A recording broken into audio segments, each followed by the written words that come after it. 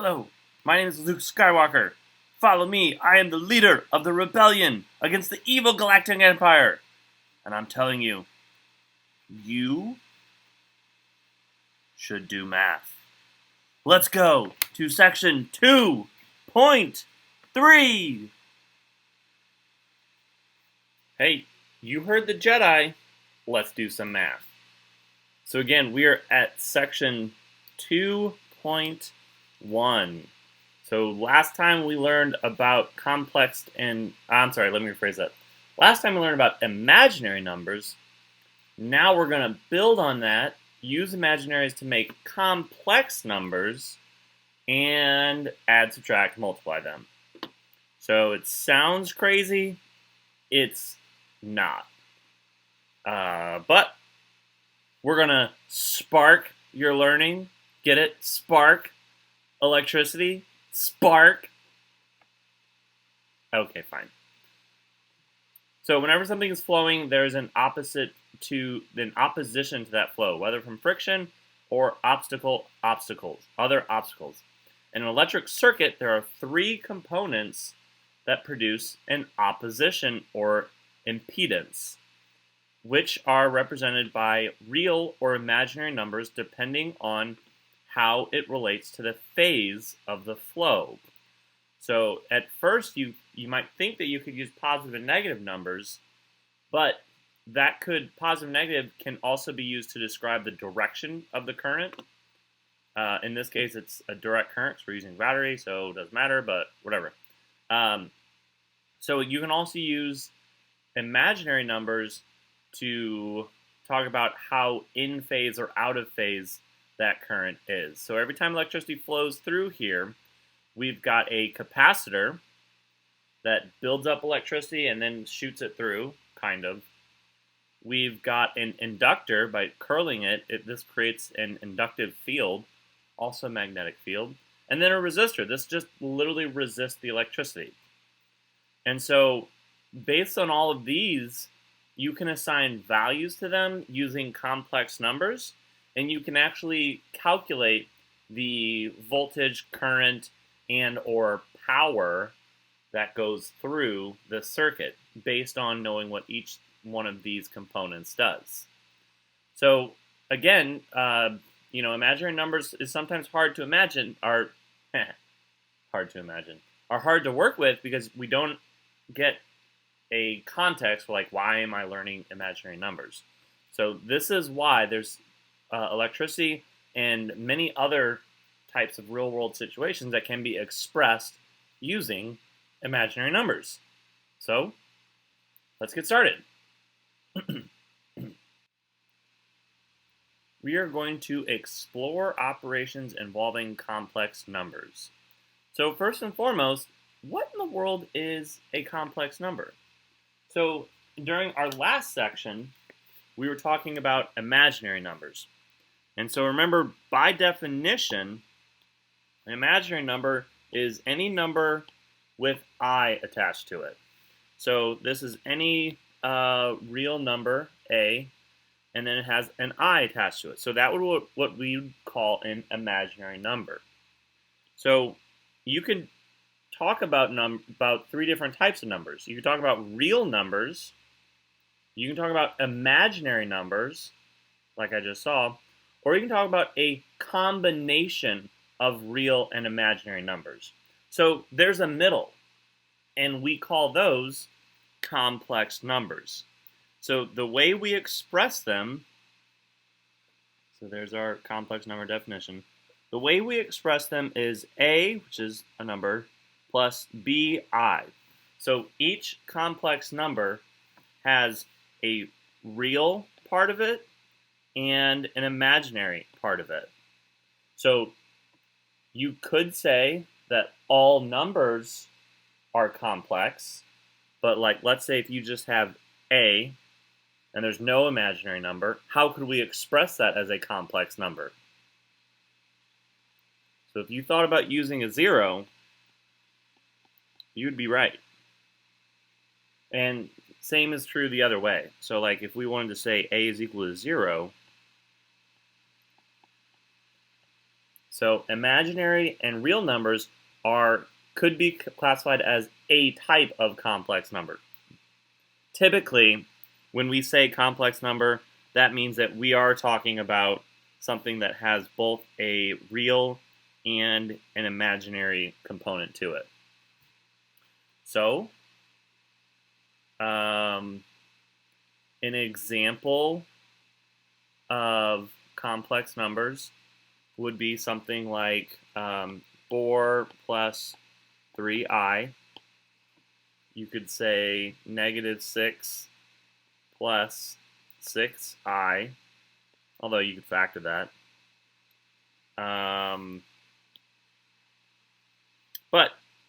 So that's what a complex number is.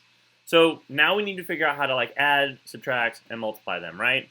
So this is a quick review. Hopefully this is like an Algebra 1 thing. But what is the sum of these two numbers? So we've got 2 plus 6x, 3 minus x. So this has nothing to do with imaginary numbers yet. This is just... Ooh, I wrote that wrong. This is just a quick review of how to add and subtract these things. So hopefully you recall from Algebra 1 that you basically add up all of your numbers without x. So that would be our 2 and our 3, so we've got 5.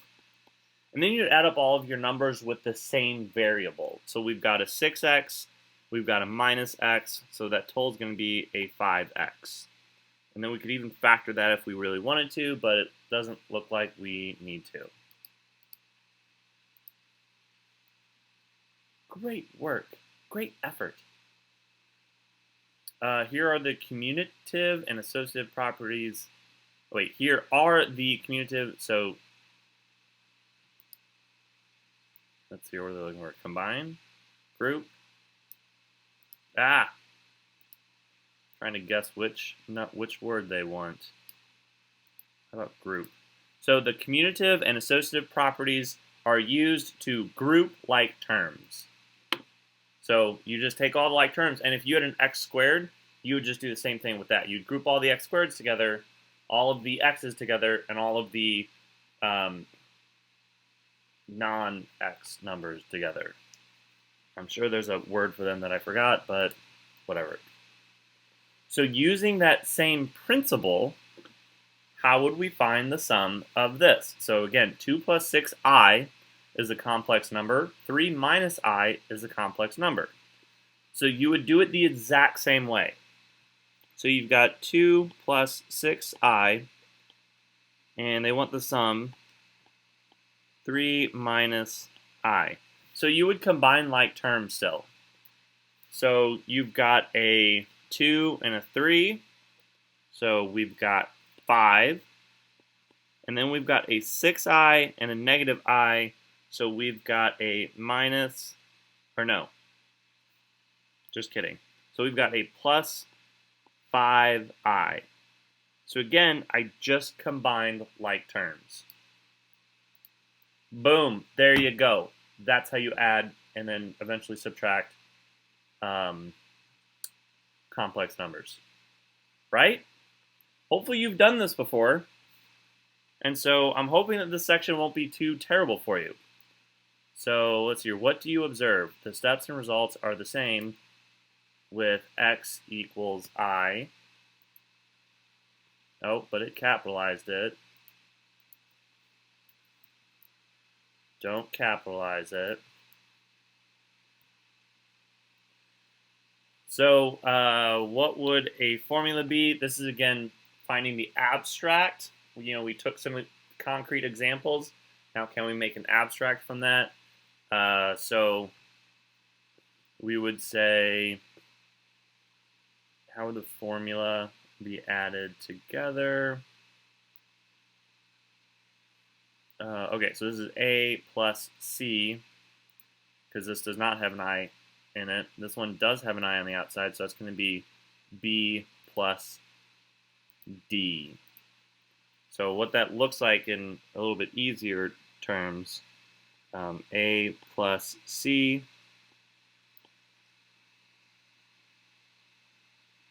and then plus b plus d I. So that's kind of what it would look like.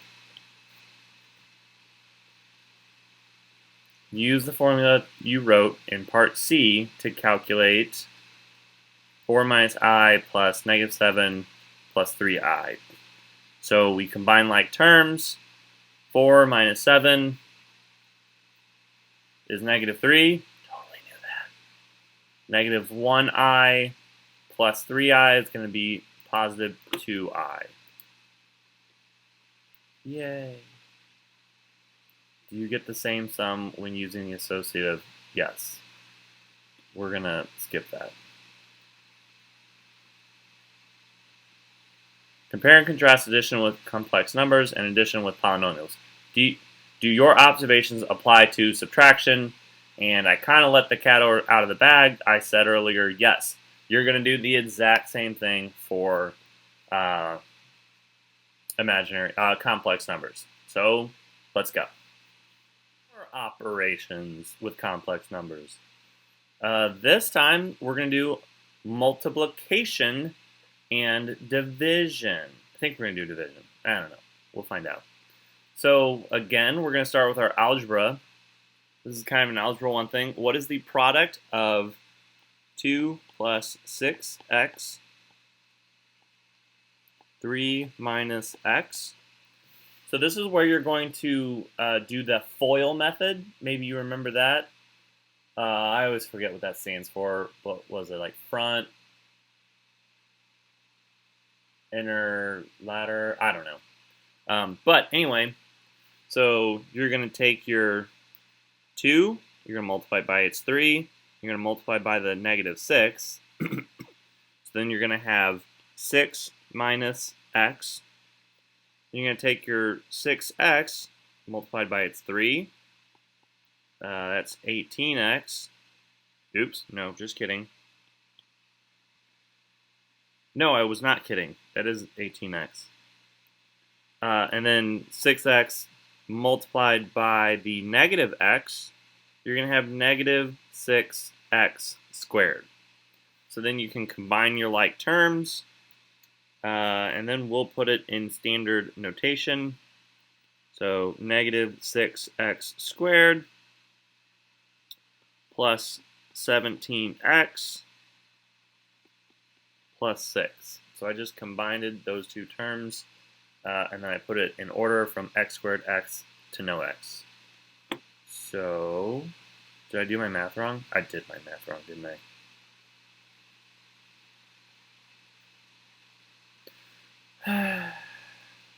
Let's see where I messed up, because I don't see my answer here. So 2 times 3 is 6. 2 times negative x is negative 2x. That's where I messed up. And then that would change our 17 to 16.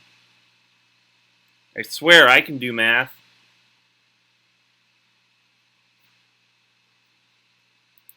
So we're looking at this guy right there. Always double check your math, apparently. How are the associative, commutative, and distributive properties applied? So if we look here, they do kind of a decent job. Oh, never mind. So we use the distributive property when I did this part right here. And then I use the associative property to make sure that these were, I moved those next to each other, that's all. And then I combine like terms, which is one of them, to get to there. So the properties are used to combine and group like terms. So let's do another one. I'm sorry, not another one. That was our using our x.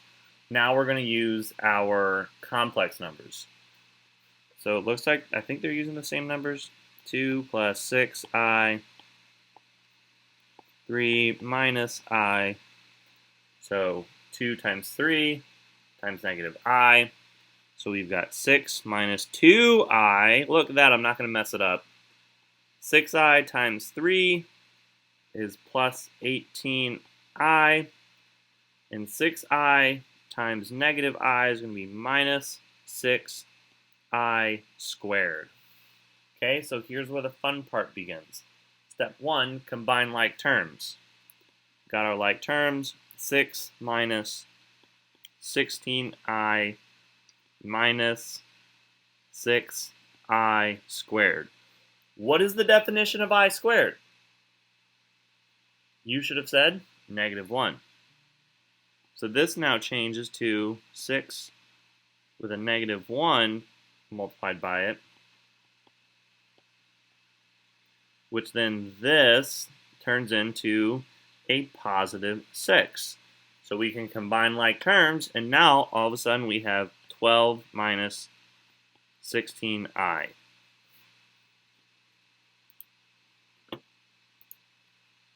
See? That wasn't too hard, was it? But this is just the same as adding and subtracting like x values, but now we're using I. So what do you observe? It's the same, and then we can make that generic equation if we wanted to, and then we can verify our abstract equation. I'm not going to do all of that right here with you because I think it's more fun to do problems. They want to define complex numbers. That makes total sense after we've been using complex numbers the whole time. Okay, anyway, here's a cute chart of what we already talked about. You've got your imaginary numbers, so this is like a box of all complex numbers. You've got imaginary numbers. Notice how they all have I in them. Then you have real numbers. Notice they don't all have to be rational real numbers. Note that there's pi, there's 2.222222 repeating, there's negative numbers, there's square roots, but they don't have i's in them. But these are both within the set of numbers, if you will, of complex numbers. So notice how the complex numbers have a real number and an imaginary number. So real numbers are a type of complex number. Imaginary numbers are a type of complex number, but complex numbers are not necessarily always real numbers or imaginary numbers. So there's a visual for it. So if we go down through here, negative 6I is it complex, real and complex, imaginary complex? It is going to be imaginary and complex. It's just the imaginary part. Well, I'm sorry, it's imaginary and complex. So anyway, we've got negative 5 plus 2I. That is going to be a complex. That is not real or imaginary because it has both parts of it in there. 14.6 is going to be real and complex. 0 is going to be real and complex. Again, there's no i's. And then I squared, well, that's rude. I'm going to call that one real and complex, because what's the definition of I squared? Is negative 1. So this is really just a fancy way of writing negative 1. So there you go. Complex numbers, we've looked at kind of sort of how to add and subtract, so here's our official how to add and subtract. And notice they took that generic function that we had talked about, that we kind of made, and then just put it in writing. This is a fancy way of saying group like terms. So if you subtract, notice you will need to distribute the negative sign. Don't forget to do that. So because this is all addition or subtraction here, we can drop after we distribute the negative sign, we can drop the parentheses and then combine like terms.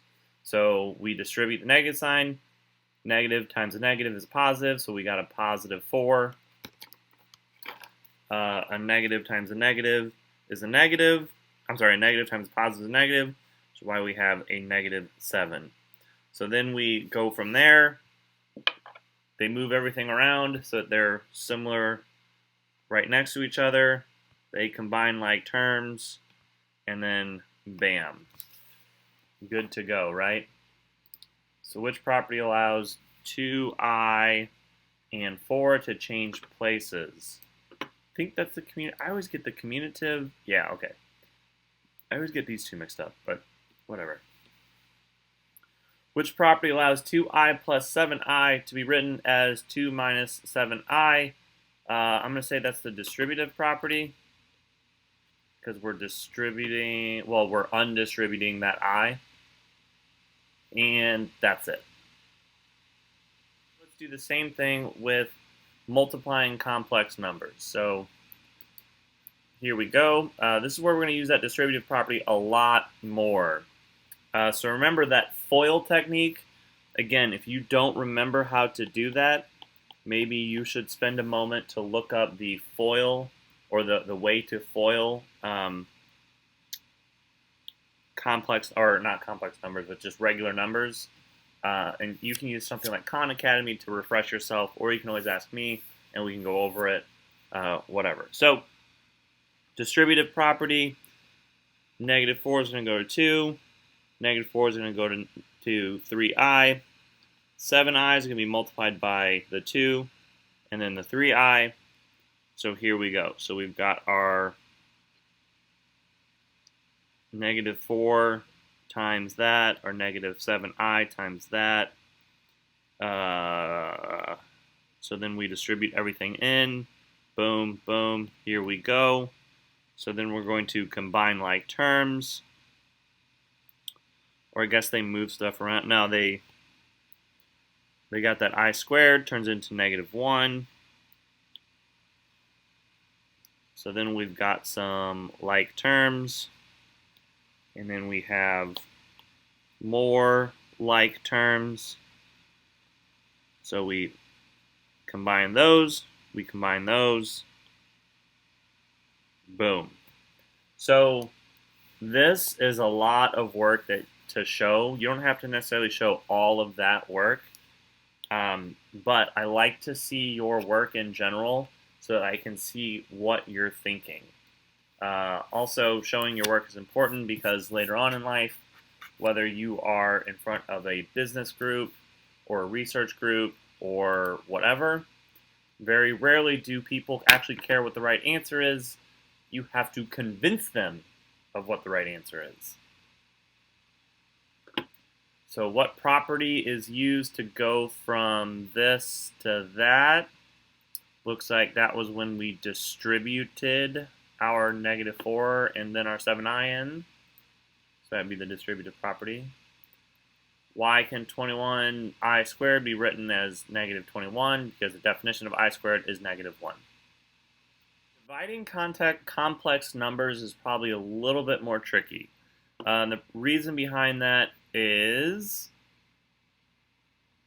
we don't like imaginary numbers in the denominator. So when dividing complex numbers, you need to change the denominator of the quotient to a real number. So just like we don't like rationals in the denominator, we don't like complex numbers in the denominator. So what we're going to have to do is, we've got this expression, we're going to need to multiply it by a fancy version of 1 that will get rid of this I and put it in the top. The way we do that is by using the complex conjugate. So the complex conjugate. So notice how if you have a complex number, a plus bi, the complex conjugate is a minus bi. So that being said, what happens if you have, I'm going to take this number that they use down here, but something different. What happens if you have a 5 minus 2i? What is the complex conjugate of that? Okay, so the complex conjugate is going to be 5 plus 2i. So I'm using this equation still, But a minus times a minus, or negative sign times negative sign, is going to be a positive sign. So don't get confused by that. So a complex conjugate, when you multiply it by a complex number, it's just going to get rid of that I. And there's a wonderful, cute little proof out there that you could do just by taking these two numbers, keeping the abstract a and bi, and they'll cancel out. I'm not going to do that in front of you. If you really want to, I will show it to you later. So anyway, let's say we've got 3 minus 4i divided by 5 plus 2i. So we need the complex conjugate of 5 plus 2i, which is, if you haven't already seen it yet, here it is 5 minus 2i.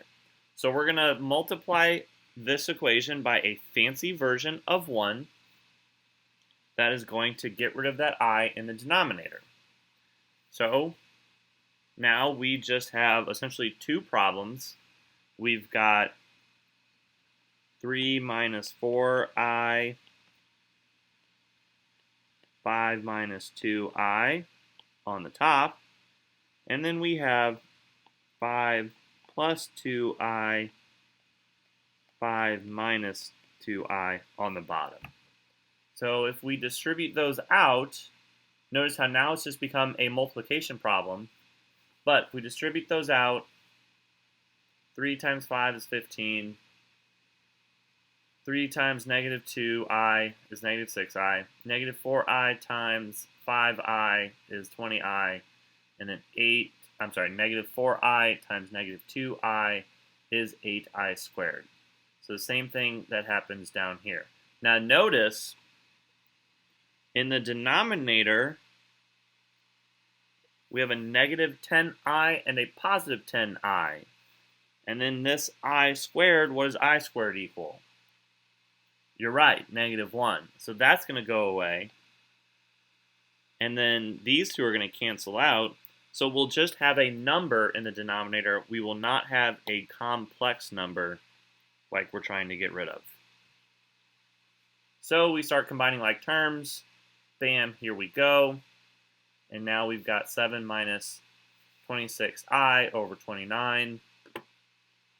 And then I guess they want us to separate it out. I think that's kind of dumb, but whatever.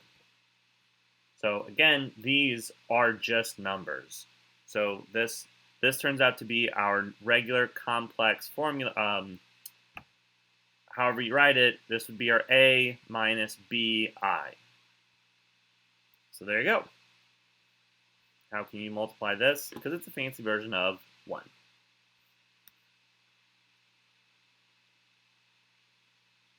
Choose one or more of the following. So again, this is just saying I squared equals negative 1. So hey, I squared equals negative 1. Well, let's go. That problem we had at the very beginning of this section, well, here it is. Let's try to actually solve it.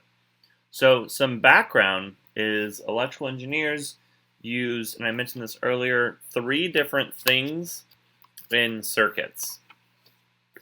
So, and it turns out that these 3 different things can be expressed using a combination of imaginary numbers. So down here is a picture of the actual thing. This is the symbol that we're going to be using. And this is how their values are expressed.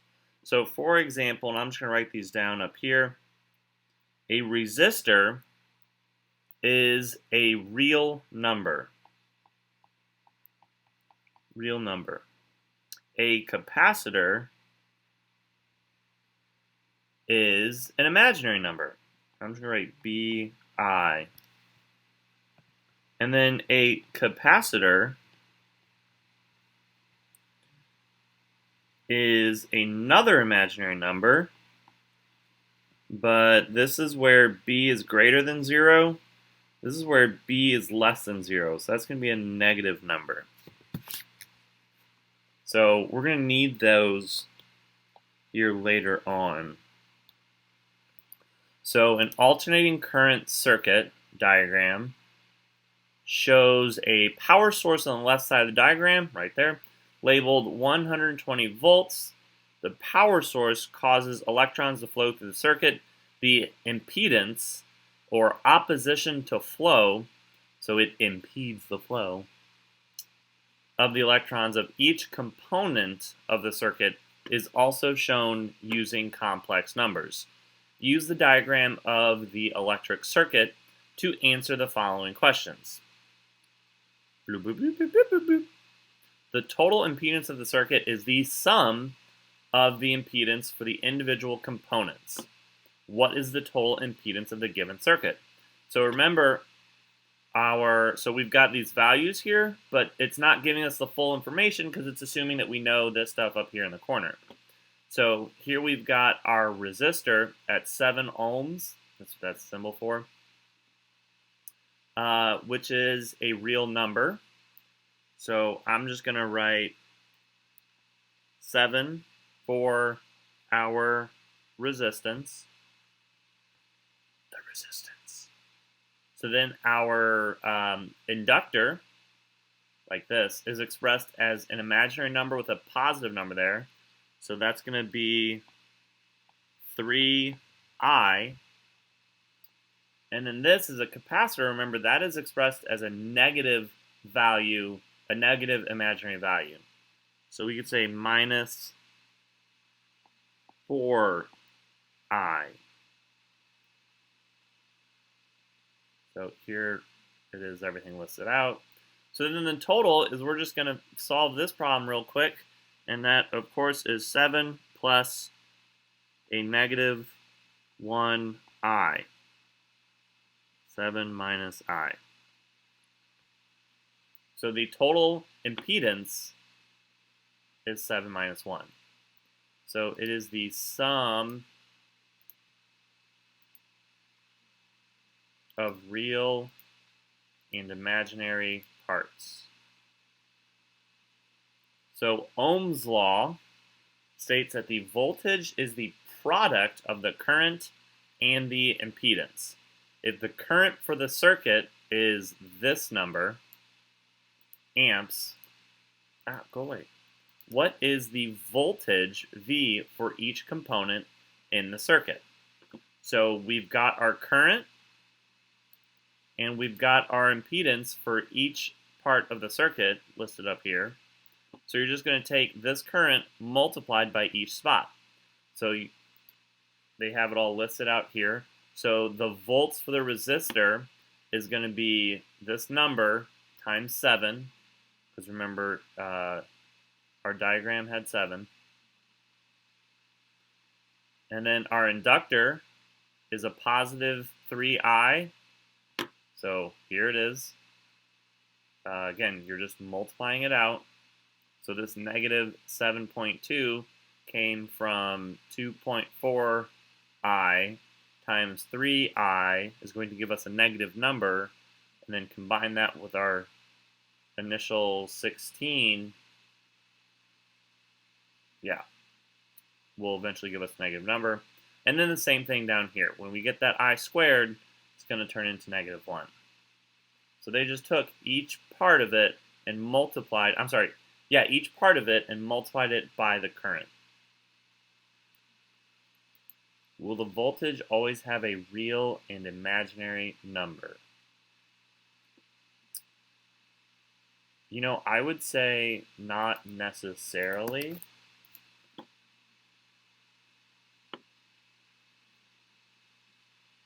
Oh, so I guess I was wrong. I was thinking that if the voltage and current like equaled some of the impedance, maybe that was, but shows you how much I know of electricity. So, oops.